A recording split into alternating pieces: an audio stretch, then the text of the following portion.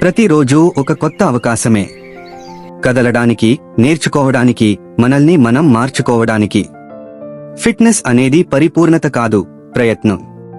ఒక అడుగు, ఒక స్ట్రెచ్, ఒక మంచి నిర్ణయం, ఇదే మొదలు. మన శరీరం ఒక అద్భుతమైన యంత్రం. కదలడానికి, పరుగెత్తడానికి, సాధించడానికి పుట్టింది.